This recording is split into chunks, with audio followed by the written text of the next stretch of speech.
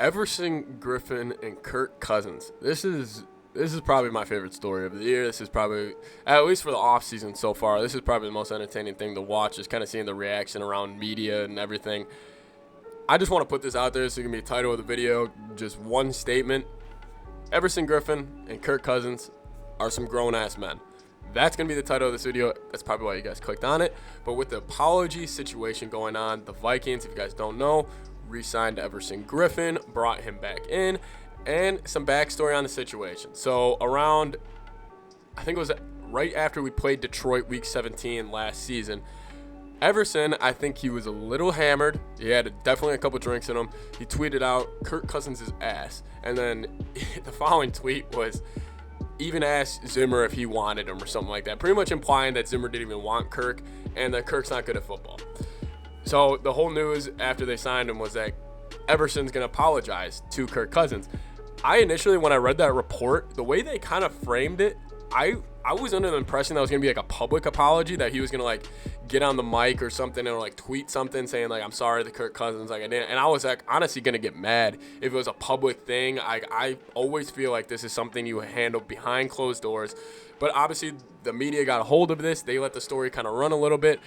But if you look into it more, Everson Kirk, they pretty much just said, or at least Everson did, he just wants to have a man-to-man conversation with Kirk Cousins.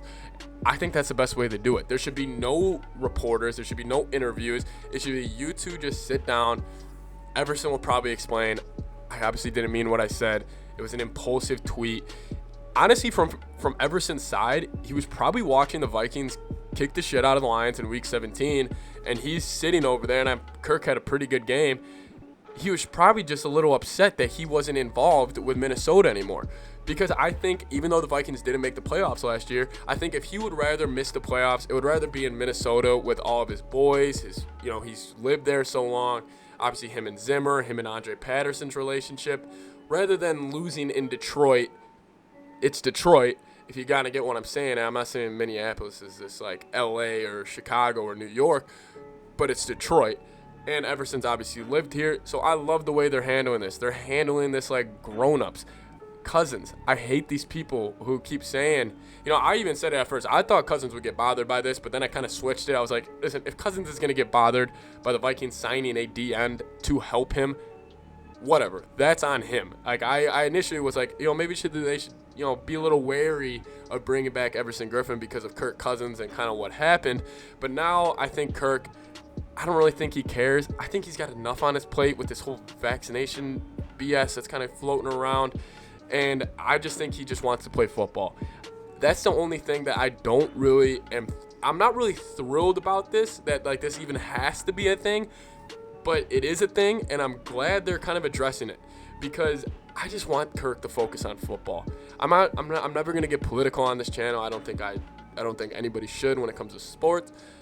However, I just want Kirk to focus on football. He's got enough going on with people saying whether he should or shouldn't get the vaccine, and they're bringing in Everson Griffen, and people are saying, well, Kirk's going to be upset about that. I'm sure Kirk, more than anybody, and even more than us, just wants to be week 1 in Cincinnati, him playing, and he can just shut this whole thing up.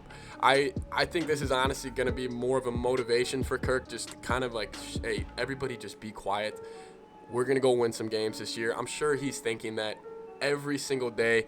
And also, Kirk's a family guy. I don't really think he really cares about what Everson has to say. I mean, yes, it probably was like, oh, damn, when he saw it, he was like, okay, like, but I don't really think Kirk's a big social media guy.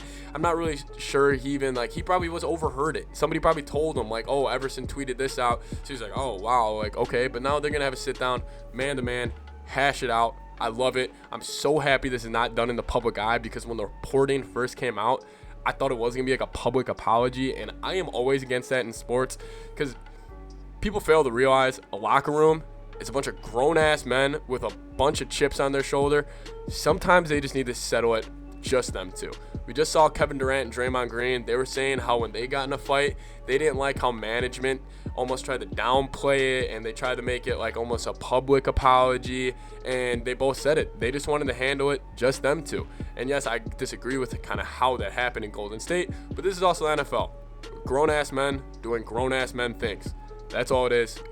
Love it. Love the way they handled this situation. I was not really against bringing Everson in, but I was against it for a couple of these reasons. They kind of shut it down. They've handled it perfectly. Props to Vikings organization. See you guys next time. Skol Vikes.